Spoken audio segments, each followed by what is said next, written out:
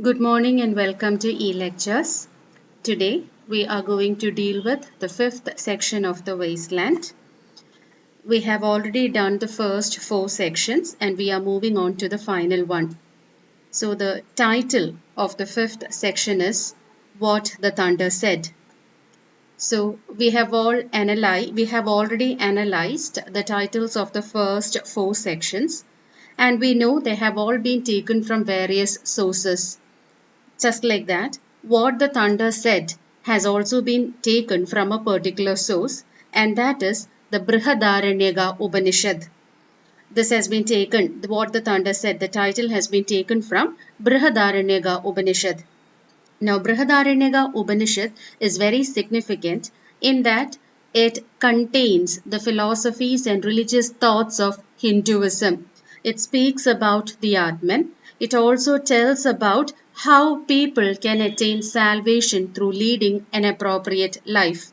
So, by bringing in the word thunder, it refers to the Brihadaranyaka Upanishad, which also contains teachings of the thunder god, who brings the term or the sound dha to the forefront. And dha signifies three terms: datta, dayatvam, and damyada. And these are the three terms which appear at the culminating part of the fifth section.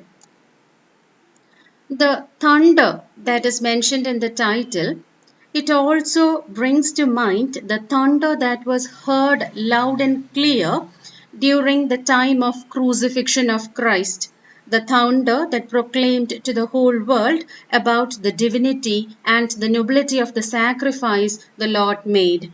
Therefore, what Eliot effects here is a smooth blending of Eastern and Western philosophy and religious thoughts.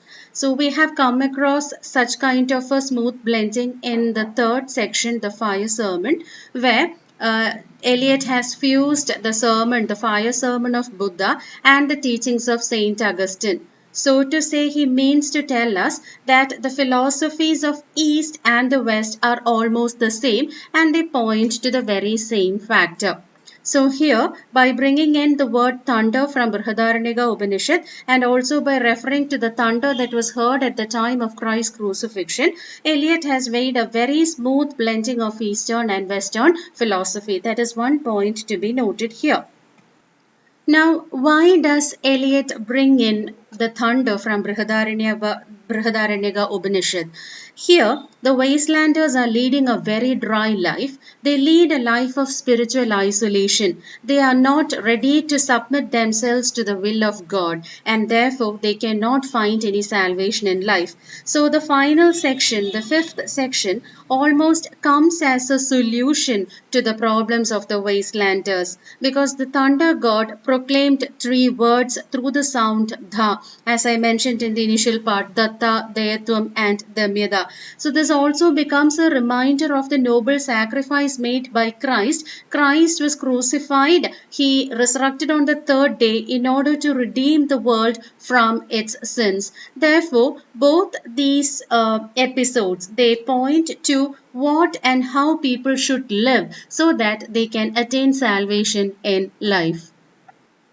Then another factor to be considered is that this particular section contains a main symbol, and the main symbol is a pointer to the journey undertaken for the realization of a spiritual goal.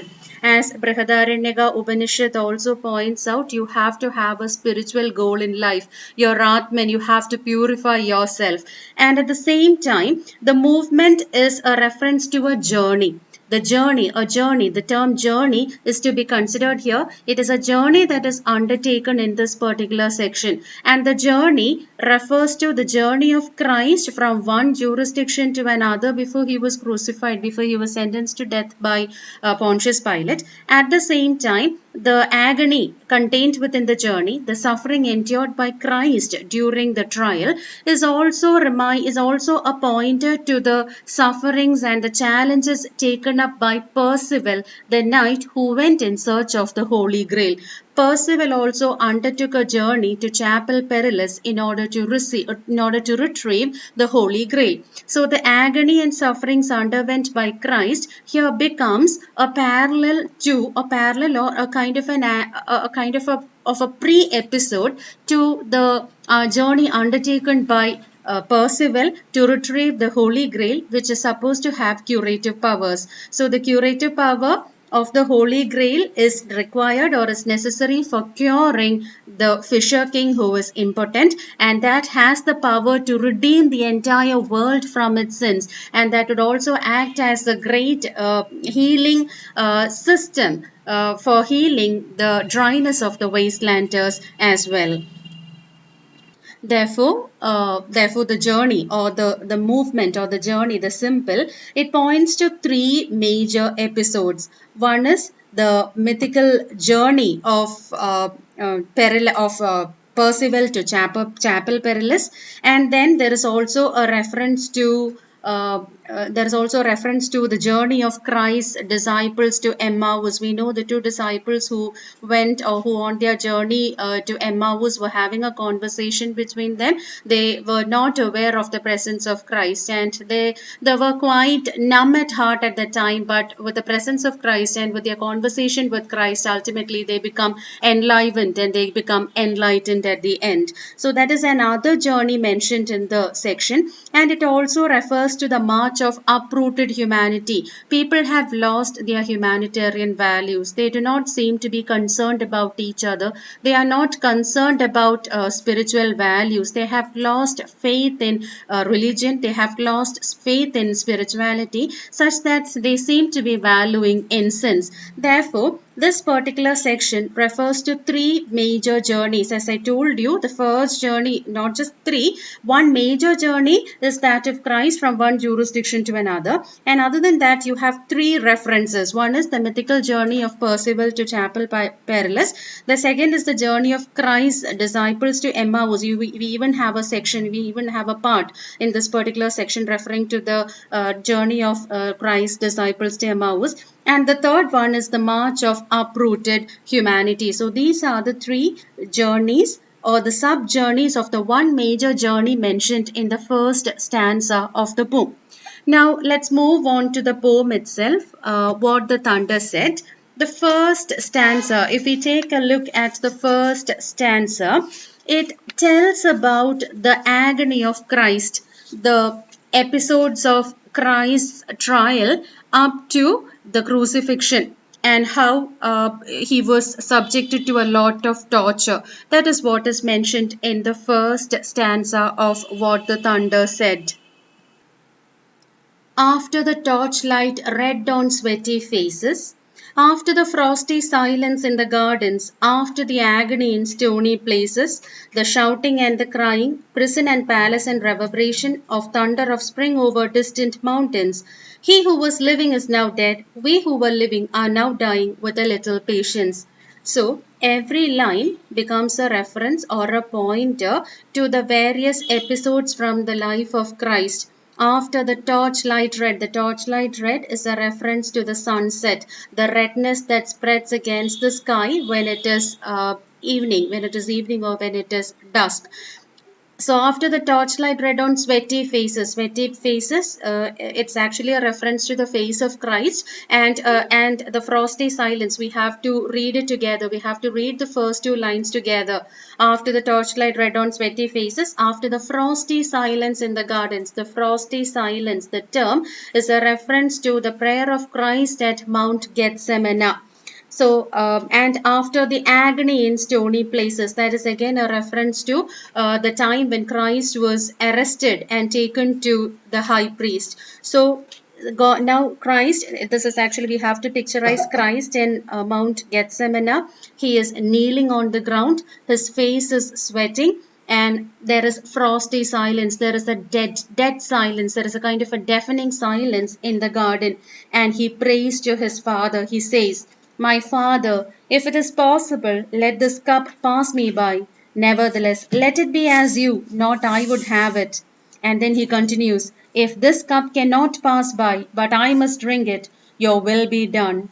The spirit is willing, but the flesh is weak. So this is taken from the Bible, Matthew 26, chapter 26, verse 42. And then you find an angel coming down from heaven in order to strengthen him. And this is what happens then. His sweat, as it were, great drops of blood falling down upon the ground. So instead of sweat, blood drops of blood began falling or dripping from the face of Christ. Now I believe you have understood the significance of the first two lines. The torchlight red, the redness of the sky, is being equated or parallels with the redness of the blood that was dripping down the face of Christ. There was frosty silence, absolute silence, because he was praying out. He was praying his heart out to his Father to take the cup away from him. But then Christ realizes that he has to undergo the agony or the suffering in order to for his people, in order to redeem his people. And then after the agony in stony places, it could be the experience of Christ during the trial in the court. He was first taken to the high priest, where the high priest is not ready to give him the punishment. He is being asked to take away to another jurisdiction, and the people also shout against the people. The high priest actually gets a lot of testimonies against him from the people, and then he is convicted. He says the high priest proclaims him to be a sinner, and he is now going to be punished. He is going to be taken away to a jurisdiction to be punished, and then he is taken to the kingdom of to the place of Pontius Pilate, where Pontius Pilate asks the people whether they require Jesus, whether they want Jesus to be released or Barabbas. And the people, they shout out, we want Barabbas to be released. And that is what it is said, after the agony in stony places, the shouting and the crying. The shouting and the crying can be of two types. One, the shouting and the crying of the people who stand for Christ, who have experienced the goodness and the greatness of Christ. And on the other side, it can also be a reference to the people shouting against Christ, who did not want Christ to be released, or who did not want Christ to be acquitted of his crime. And so the shouting and the crying. Prison and palace and reverberation, it speaks about the journey. Prison and palace and reverberation, from one place to another, just like a sinner, a convict, a kind of a thief. Christ was being taken from one place to another. He who was living is now dead. We who were living are now dying. So the man who was living, the man or Christ who was living, the man who deserved to live, is now dead. And we who are living, we the people who are living now, are dying. We are dying spiritually. And we do not have the patience. We do not have patience at all. We do not have concern for each other. So we absolutely forget and ignore the noble sacrifice made by Christ for our redemption. So the first stanza is a very clear picturization of how Christ underwent his sufferings underwent sufferings to redeem the world. See, this particular stanza, it also becomes a pointer to the temptations and trials and tribulations underwent by Percival during his journey to Chapel Perilous in order to retrieve the Holy Grail. So the first stanza has, I would say, even though we consider Wasteland to be a heap of broken images without any direct connection between sentences or lines, here I find that this particular stanza has been well placed, because the very same torture, the very same sufferings underwent by Christ is being duplicated, or it's being repeated again, even though not in the same magnitude. It is being repeated by Percival on his journey to Chapel Perilous. He has to undergo a lot of challenges. So that is the challenge. If you want redemption, it is not an easy job. You have to undergo a lot of challenges. So the challenges are being taken up appropriately by Percival on his journey. So here we find T.S. Eliot making a very neat blending of Eastern and Western philosophy in the very first stanza itself, because it's the very same principle being delineated in Brihadaranyaka Upanishad, and the thunder, the words of the thunder, is being equated, or it is being mentioned in the context of Christianity, where there was a thunder heard loud and clear after Christ was crucified. So that was actually a loud proclamation of the greatness and nobility of Christ. Just like the thunder mentioned in Brihadaranyaka Upanishad, the voice of the thunder god proclaiming the rules for an appropriate life to the humans, to the gods and the demons. So this is what the first stanza holds. It speaks about the crucifixion of Christ. It tells about the journey, or indirectly speaks about the journey undertaken by Percival to Chapel Perilous, and it is also an indirect reference to the sinful life led by the wastelanders who are keeping themselves away from spirituality. Now, let's move on to the second stanza of the section. Now, let me just read it for you. Here is no water but only rock, rock and no water, and the sandy road, the road winding above among the mountains, which are mountains of rock without water. If there were water, we should stop and drink. Amongst the rock, one cannot stop or think. Sweat is dry and feet are in the sand. If there were only water amongst the rock, dead mountain, mouth of carious teeth that cannot spit. Here one can neither stand nor lie nor sit. There is not even silence in the mountains, but dry, sterile thunder without rain. There is not even solitude in the mountains, but red, sullen faces sneer and snarl from doors of mud-cracked houses. So this is the second stanza. And here, if you look at the first line, here is no water but only rock. So water has been a predominant theme of the wasteland. Wherever, in most of the sections, we have come across the absence of water. That water represents faith. The water stands as a symbol for faith. So here is no water but only rock. And the rock could be a reference to the hard-heartedness of the people who are not willing to submit themselves to the will of God. So there is no water but only rock. And there can also be a reference to Moses, who struck a rock to bring forth water. So he was able to, Moses, being a subject of God, being a willful son of God, was able to bring water from the rock. So there is always hope. You should have hope, and there can be chances of water being brought out of a rock. But only thing is that you need to be spiritual. You need to have faith in God. But as far as the wastelanders are concerned, there is no faith at all. They have lost their faith. So here is no water but only rock. So faith has been lost from the people. And this is also a reference to, the stanza is also a reference to the journey of Percival to Chapel Perilous. So this is what he encountered during his journey. He could not come across water anywhere. He could only see rocks. There were mountains, there were rocky mountains, but not a single drop of water. Rock and no water, and the sandy road. The roads are extremely sandy. That shows that there has not even been rain there. They are deserted. The road winding above among the mountains. So the road that he has to travel through is extremely hostile. It is not fit for travel. There are mountains of rock without water. So as I mentioned in the beginning, there are a lot of mountainous, rocky mountains. It is extremely mountainous. The path is mountainous. There are sands on the road, but not a drop of water for them. So if at all there were water, they could have stopped and had a drink. Amongst the rock, one cannot stop or think. So what is being faced by Percival is that he is not even being able to stop anywhere. He cannot stop anywhere. He cannot even stop to think of what he has to do next or how to proceed. Sweat is dry and feet are in the sand. Even sweat is dried from the face of Percival and his followers. They are a group of people who are traveling to Chapel Perilous. We have Percival as well as his followers. So they are not even able to stop by. They are not able to think. They are not able to get even a drop of water from anywhere. So they are only reminded of Moses, who was able to bring water out of the rock. So there is always that hope in them, but they are not able to find real water. Everything is just a mirage. It's an unreality, even though the hope keeps on helping them to move forward. Sweat is dry and feet are in the sand. If there were only water amongst the rock, dead mountain, mouth of carious teeth. So carious teeth is rotten teeth. The mountains were standing just like rotten teeth inside a mouth, which means it is fruitless. Those rocks are not able to bring water for them.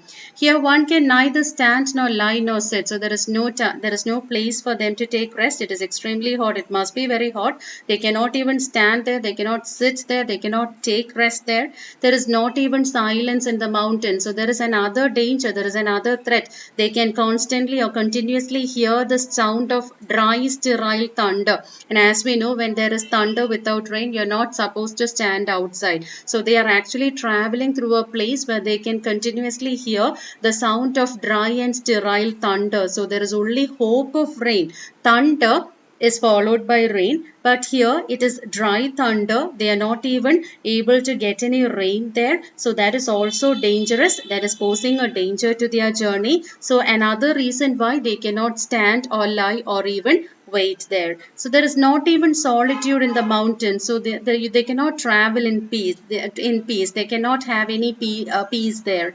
But red sullen faces sneer and snarl from doors of mud-cracked houses. So the ambience is extremely hostile. There are mud-cracked houses here and there, and people who are peeping out of the house and seeing their journey, instead of being hospitable, they are trying to be hostile to them. They are making fun of them. They sneer at them. They make faces at them for the journey that they have undertaken, because these people are those ones who have lost their faith in God, who have lost their faith in humanity. So they have no humanitarian considerations. Okay, so the first answer, it spoke about Christ, about the torture and agony underwent by Christ. And from the first answer, you're being led. So there is also an invocation of how, or Eliot was trying to equate the journey of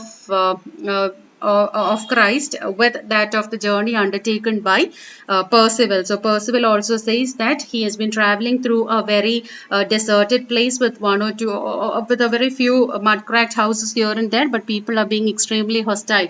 The sound of dry and sterile thunder does not permit them to stop anywhere. They cannot have even a single drop of water.